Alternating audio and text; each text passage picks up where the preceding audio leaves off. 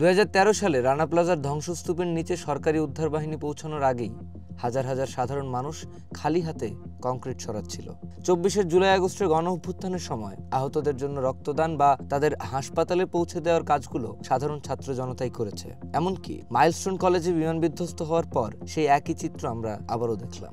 গত এক দশকের যে কোনো বড় ট্র্যাজেডিতে আমরা এসব অভূতপূর্ব মানবিক ঐক্যের সাক্ষী হয়েছি, কিন্তু যারা স্বেচ্ছাসেবক হিসেবে উদ্ধার কাজে যুক্ত হয়েছিলেন, যারা হয়তো বেঁচে ফিরেছেন আহত হয়ে, তারা কতটা ফিরতে পারেন তাদের স্বাভাবিক জীবনে, জানবো আজকের স্ট্রিম এক্সপ্লেইনারে। দুঃখজনক হলো এসব ট্র্যাজেডিতে যারা উদ্ধার করতে গিয়ে পুড়ে যাওয়া মানুষের আর্তনাদ শুনেছে, রক্তাক্ত দেহ দেখেছে, যারা এসব ট্র্যাজেডির বেঁচে যাওয়া ভিকটিম, তাদের মানসিক অবস্থার খোঁজ নেওয়া নিয়ে আছে নানা প্রশ্ন।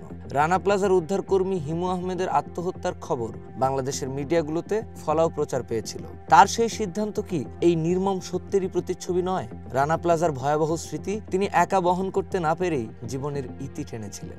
মনোবিজ্ঞানের ভাষায় এই গভীর মানসিক ক্ষতকে বলা হয় ট্রমা। ট্রমা শুধু সরাসরি ক্ষতিগ্রস্তদের মধ্যেই সীমাবদ্ধ থাকে না। উদ্ধারকর্মী, প্রত্যক্ষদর্শী, এমনকি গণমাধ্যম বা সামাজিক মাধ্যমে মর্মান্তিক দৃশ্য দেখা সাধারণ মানুষও ট্রমার শিকার হন। তাদের ঘিরে ধরে দীর্ঘস্থায়ী বিষণ্ণতা ও উদ্বেগ, জন্মায় পোস্ট ট্রমাটিক স্ট্রেস ডিসঅর্ডার। ধীরে ধীরে যা একটি সামাজিক ট্রমায় রূপ নিতে থাকে। রানা প্লাজা ধসের পর হতাশায় নিমজ্জিত হয়ে স্বেচ্ছাসেবক হিমুর আত্মহত্যা এই সামাজিক ট্রমার এক করুণ উদাহরণ। সম্ভবত এর চেয়েও ভয়াবহ হলো প্রজন্মগত ট্রমা, যেখানে পূর্ববর্তী প্রজন্মের অবদমিত মানসিক যন্ত্রণা পরবর্তী প্রজন্মের মধ্যেও সঞ্চারিত হয়। দুর্ভাগ্যবশত বাংলাদেশে এই গুরুতর বিষয়টি বরাবরই উপেক্ষিত।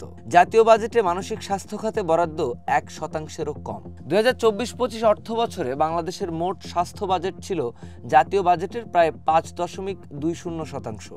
বিশ্ব স্বাস্থ্য সংস্থার সুপারিশ অনুযায়ী নিম্ন ও মধ্যমায়ের দেশগুলোর স্বাস্থ্য বাজেটের অন্তত 5% মানসিক স্বাস্থ্যে ব্যয় করা উচিত। বাংলাদেশে এখনো সংকটকালীন মানসিক সেবা দেওয়ার জন্য কোনো জাতীয় ট্রমা কাউন্সেলিং সেন্টার বা হটলাইন নেই। দুর্যোগ ব্যবস্থাপনায় আমাদের সমস্ত মনোযোগ থাকে খাদ্য, বস্ত্র আর আশ্রয়ের মতো ভৌত প্রয়োজন মেটাতে। মানসিক ক্ষতের অদৃশ্য যন্ত্রণা থেকে যায় বরাবরই উপেক্ষিত।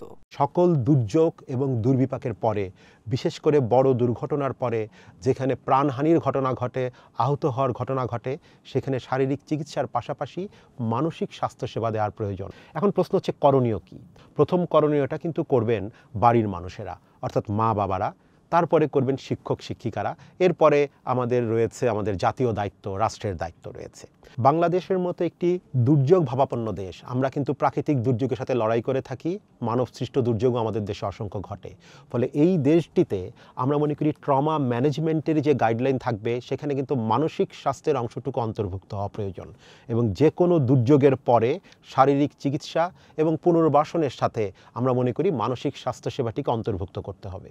আমরা দুর্যোগে কাঁধে কাঁধ মিলিয়ে দাঁড়াই, এটাই আমাদের সবচেয়ে বড় শক্তি, বাংলাদেশের শক্তি। কিন্তু সেই শক্তিকে টেকসই করতে হলে যারা নিজেদের বিপদে ফেলে আমাদের রক্ষা করে, তাদের মানসিক স্বাস্থ্যের যত্ন নেওয়ার কাঠামো তৈরি করা কি জরুরি নয়? নইলে একদিন হয়তো আমাদের এই একতা ভেঙে গিয়ে সামাজিক অস্থিরতা, হতাশা আর সহিংসতায় রূপ নেবে। কিভাবে এই গুরুতর বাস্তব সমস্যার কাঙ্ক্ষিত সমাধান সম্ভব, সে ব্যাপারে আপনার মতামত থাকলে জানাবেন কমেন্টে।